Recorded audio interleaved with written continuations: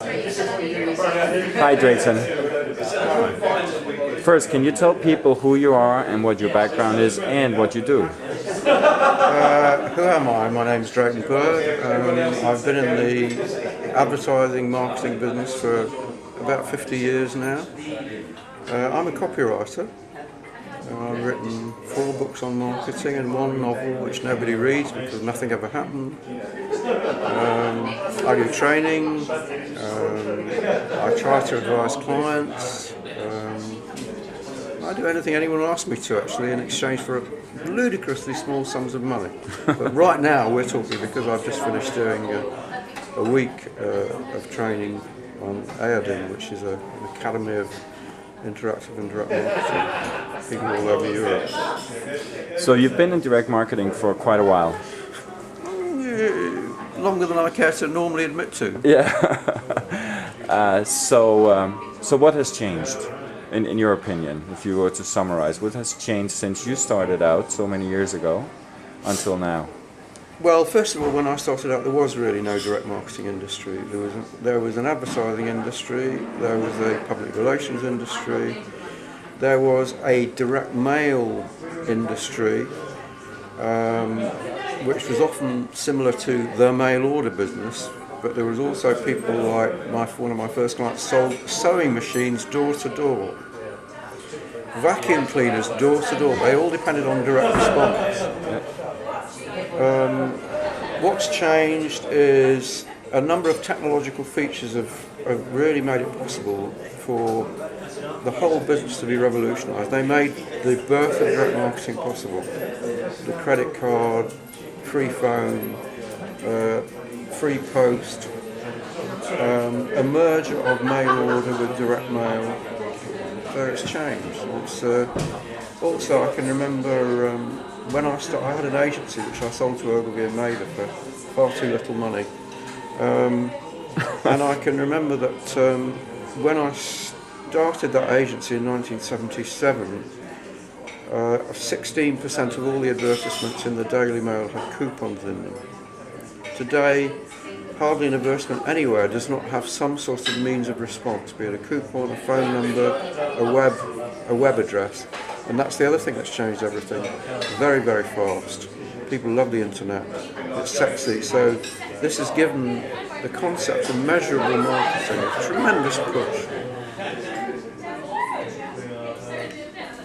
And that's the change. That's the biggest change. Yeah, that's the biggest change. I have to say, I don't think that marketers are any more intelligent than they were. In fact, in some respects, I think they're less intelligent. Largely because the educational standards are so poor. That's the big change. And talking about direct marketing and interactive marketing, what are the 3 most common mistakes that marketers make?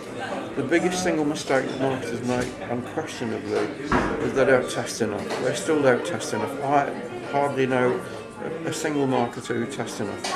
We have a little service where we evaluate people's websites. Nothing sophisticated. But my colleague Al, who really deals with that side of the business, evaluated about 25 websites about 8 weeks ago. Every single one of them was making the same 5 mistakes. So the second biggest mistake that people make is the one that everyone makes on the web. They do not collect names. They don't realise that it is not your product, it is not you, it is the customer who's going to make the money, therefore your principal objective should be to collect names. The third mistake that they make is very hard to say. Well, perhaps I would say they seem to be unable to differentiate between what their product does, which they think is wonderful, and what it will do for customers, which they find far less interesting because they're unable to enter into the customer's mind.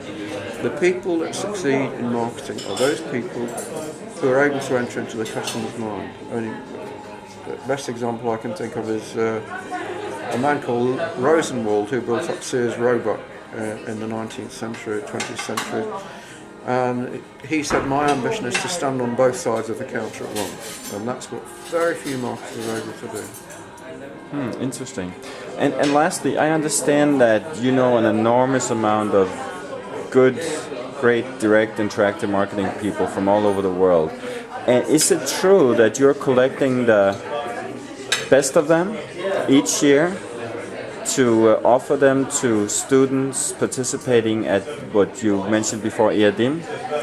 Well, I'm trying. That's what I'm trying to do. I mean, I think I'm safe in saying that you've just seen the purpose of the week that we've had here. Two people who've made millions on this week. Three people actually, all through direct marketing, and one that the delegates just saw last year he was worth £300 million. Now he's worth a bit more. How did he do it? Through direct marketing. So I'm taking people like that, and also people who specialise in particular aspects, like you, yeah.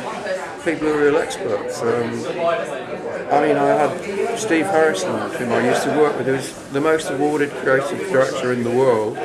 Again, another guy who's made a couple of million out of direct marketing, explaining his secrets of success. So you're going to get a whole series of secrets of success, not just from direct marketers, but from, say, people like my old boss Ken Roman, who used to run the Ogilvy Group, talking about his career. So all sorts of people revealing their secrets so that you can learn from them, apply them, and get rich. So are you going to offer EADIM in 2010? Yeah, definitely.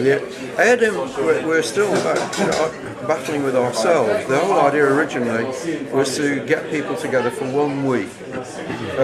We're increasingly beginning to think that really we should be doing it in 2 weekends, maybe 2-3 day sessions, because it's easy for people to get away. Whereas to spend a week away from the office right now, especially with the turmoil the economy is in, is very, very difficult. So that would probably be the only difference. I would think that probably many of the same speakers. We only changed 2 speakers from last year. In Rowan Gormley, for instance, who's in business with Sir Richard Branson 3 times. He's a very funny speaker, he's a very revealing speaker, he talks about his mistakes.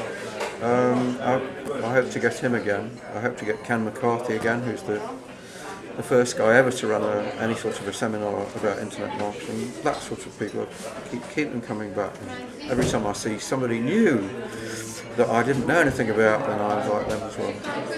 Okay, so Drayton, how can people get a hold of you?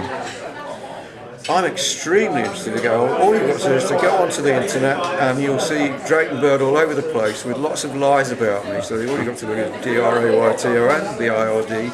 So you can write to me at drayton@draytonbird.com, or you can go onto my blog, you'll find it, you can contact me there. I'm all over the place like an octopus, like a rash. Okay, so it should be easy. Okay, thanks a lot, Drayton. My pleasure. Bye-bye. Pleasure.